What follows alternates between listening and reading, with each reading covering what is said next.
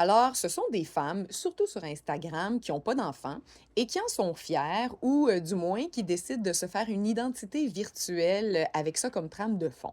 Le mouvement, il est surtout américain présentement, mais ça commence à s'étaler, puis il y a même eu un article dans la presse sur le sujet récemment.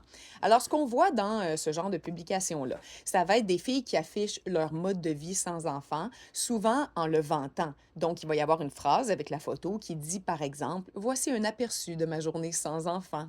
Alors, les filles et les femmes affichent leur bonheur d'être libres et souvent aussi, elles publient des textes qui justifient leur choix de ne pas avoir d'enfants. Ce sont des femmes aussi qui répondent beaucoup, beaucoup aux commentaires. Donc, elles font pas juste afficher quelque chose, elles engagent un débat. Je trouve ça intéressant. Ça m'amène quand même beaucoup de questions sur le but réel de ce mot-clic-là ou ce après quoi courent les femmes qui l'utilisent. Moi, je suis très, très pro-choix dans la vie. Là. Si tu veux pas d'enfant, fais-en pas. Sais-tu quoi? Si tu veux pas d'enfant, c'est peut-être même une bonne chose que tu n'en fasses pas. Et c'est vraiment pas moi qui vais essayer de te convaincre du contraire.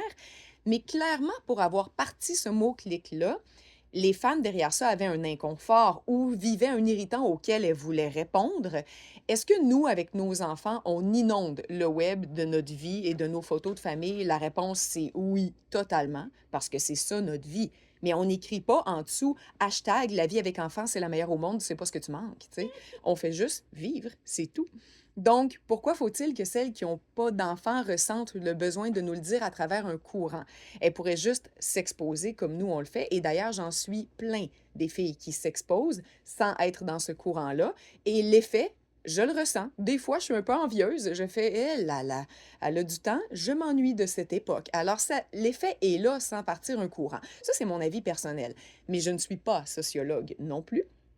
Et la question a été posée plus loin, là, a été poussée plus loin que moi je le fais. Et en fait, les sociologues, de façon générale, trouvent le mouvement plutôt rafraîchissant. Semblerait-il que les femmes sans enfants se sentent marginalisées. Vous voyez, moi, ça, je ne le percevais pas parce que je ne suis pas là-dedans. Donc, de les voir briser le tabou puis revendiquer leur choix, ben, c'est quelque chose de positif.